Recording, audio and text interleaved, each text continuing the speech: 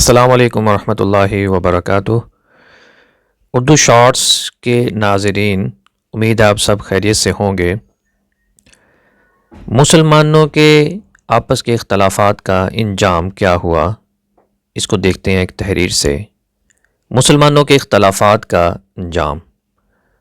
اندلس، جس کے ساحل پر مشہور اسلامی جرنیل طارق بن زیاد نے کشتیاں جلا ڈالی تھیں، جہاں 800 سال تک مسلمانوں نے انتہائی شان و شوکت سے حکمرانی کی، جہاں کی جامع مسجد قرطبہ آج بھی مسلمانوں کی عظمت رفتہ پر آنسو بہا رہی ہے، جہاں کی نہریں اور باغات، محل اور کوٹھیاں آج بھی اپنے معماروں کو یاد کرتی ہیں۔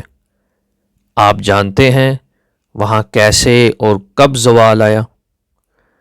وہاں اسی وقت زوال آیا جب مسلمانوں نے کلام اللہ کو پس پش ڈال دیا تھا اور وہ فرقوں اور گروہوں میں بٹ گئے تھے۔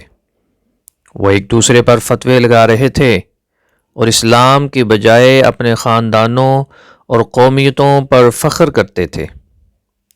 ایک مسلمان سردار دوسرے مسلمان سردار کو دیکھنا گوارا نہیں کرتا تھا، بلکہ ایک دوسرے کے خلاف عیسائیوں سے بھی مدد طلب کر لیتے تھے۔ مسلمانوں نے خود عیسائیوں کے ہاتھ سے خوشی خوشی مسلمانوں کو ذبح کرایا، جس کی وجہ سے عیسائیوں کے دل سے اسلام اور مسلمانوں کا وقار اور رعب ختم ہو گیا۔ اللہ رب العزت مسلمانوں کو باہمی اتفاق اور اتحاد نصیب فرمائے اور ایک امت بننے کی توفیق عطا فرمائے۔ جزاک اللہ۔